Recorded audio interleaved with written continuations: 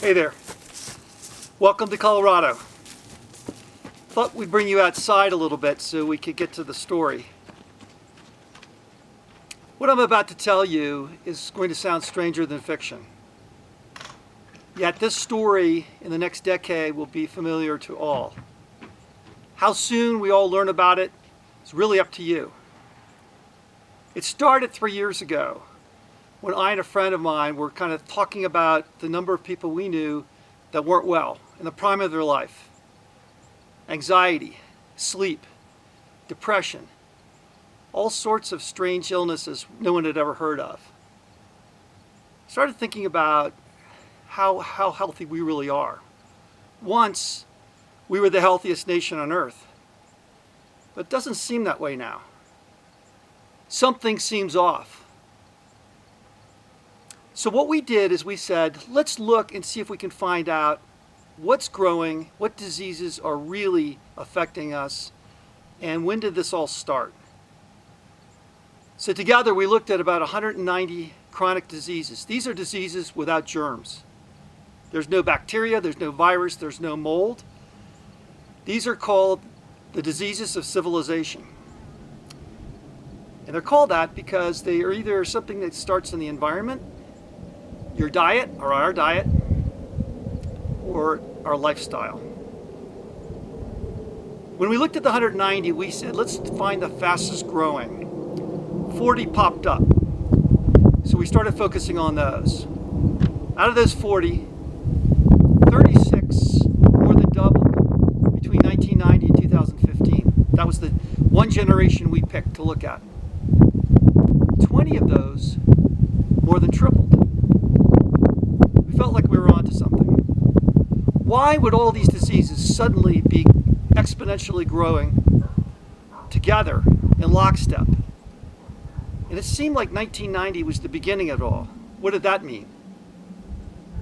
We looked further. We wanted to know if there's something in common. We looked at a couple common biological factors. These are called biomarkers. Things like chronic inflammation.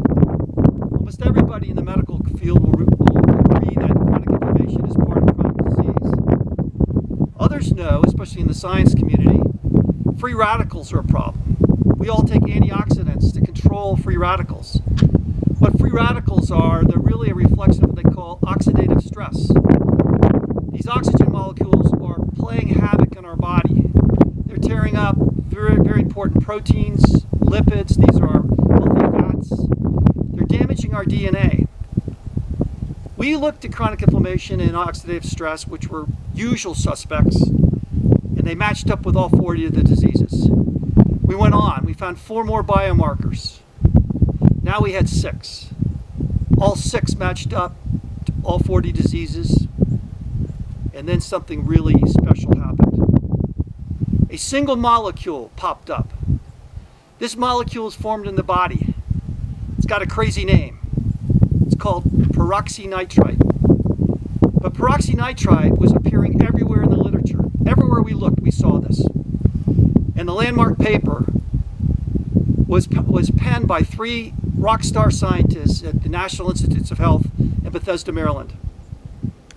And they basically said peroxynitrite is not only disruptive to the sort of biochemistry of the body, maybe 100 to 110 different biological, biochemical disruptions, but it's also tied to 60 chronic diseases. Many of the same ones that we found. There was an overlap. But we're looking at the fastest growing diseases.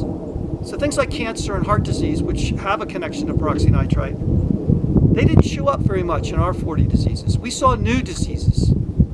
We saw neurological disease, 91 million cases in the American US population. We looked at autoimmune. There's statistics that say as many as 50 million people have an autoimmune condition. That term was barely heard of in the 1990s. So we kept going. And what we found is an economic burden, an economic cost that's unfathomable. This economic cost, taken together, just 36 diseases and conditions, is $2.7 trillion every year. The U.S. runs their entire budget on $3.7 trillion. This is a terrible cost to society. But beyond that, it's a cost to people. People are suffering. People are having their lives upturned by this chronic disease. It never lets go. There are no cures. You can manage it with all sorts of prescription drugs, but none of these diseases are really curable. And your doctor will tell you that. So we've got a problem in the US. So the first part of what I wanted to talk about is health. And then we'll get to why.